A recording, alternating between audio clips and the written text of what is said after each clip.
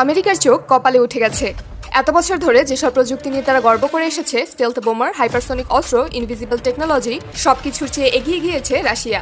এমন এক বিমান তৈরি করেছে রাশিয়া যেটা রাডারেও দেখা যায় না, আর আকাশে উঠলে পৃথিবীর যে কোনো প্রান্তে নিঃশব্দে পারমাণবিক বোমা নামিয়ে দিয়ে আসতে পারে। এটার নাম পাগদা।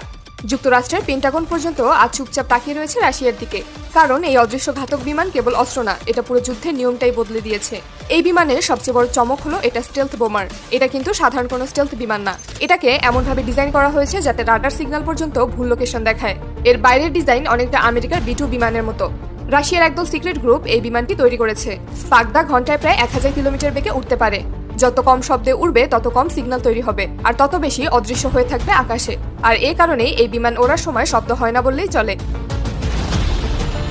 একবার ফুয়েল লোড দিয়ে এই বিমান টানা 15,000 কিলোমিটার উঠতে পারে, মানে রাশিয়া থেকে উড়ে গিয়ে আমেরিকার অভ্যন্তরে ঢুকে আবার ফিরে আসার ক্ষমতা রাখে।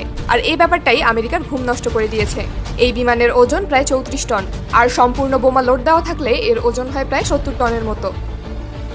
মানে একেবারে প্রায় 30,000 কেজি বা 30 টন পর্যন্ত বোমা, মিসাইল এবং অস্ত্র বহন করতে পারে। এই বিমানে পারমাণবিক বোমার পাশাপাশি high precision guided missile, non conventional warhead, এমনকি হাইপারসনিক মিসাইলও থাকে। এমনকি এটা কিনজাল হাইপারসনিক মিসাইল নিয়ে ঘোরে, যেগুলো শব্দের চেয়ে 10 থেকে 20 গুণ বেশি গতি নিয়ে আঘাত হানে।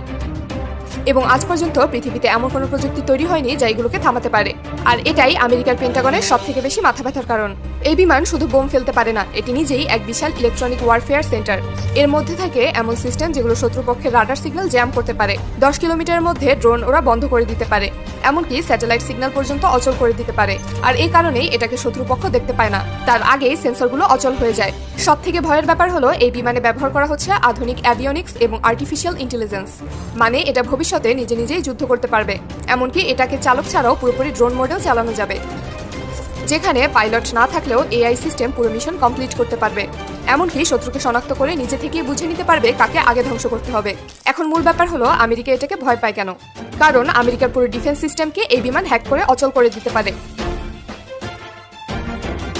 B-2 বোম্বারের মতো স্টেলথ বোমারু বিমান তাদের থাকলেও রাশিয়ার এই বিমান একেবারে অন্য ধাঁচের।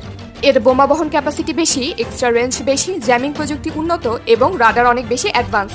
এই বিমানের গতিবিধি বোঝা যেমন কঠিন, তেমনি এটাকে টার্গেট করাও প্রায় অসম্ভব। তাই আমেরিকার সামরিক কৌশলে এখন এমন অবস্থার সৃষ্টি হয়েছে যেখানে রাশিয়ার এই বিমান আকাশে থাকলে তারা সরাসরি অ্যাটাকে যেতে চায় না। অনেক বিশেষজ্ঞের মতে আমেরিকা যদি আগাম হামলা না করতে পারে তাহলে একবার পাগদা আকাশে উঠলে তা ঠেকানো দুঃস্বপ্নের মতো। বর্তমানে রাশিয়ার ভেতরের বিশেষ এয়ারবেসে চলছে এই বিমানের গোপন পরীক্ষা, যেখানে কোনো মিডিয়া ঢুকতে পারে না, এমনকি স্যাটেলাইটও এই এরিয়া আসলে ব্লাইন্ড হয়ে যায়। রাশিয়া এখন আমেরিকার থেকে উন্নত হতে যাচ্ছে সব দিক থেকে। শুধু আমেরিকা না, বিশ্বের যে কোনো পরাশক্তি দেশ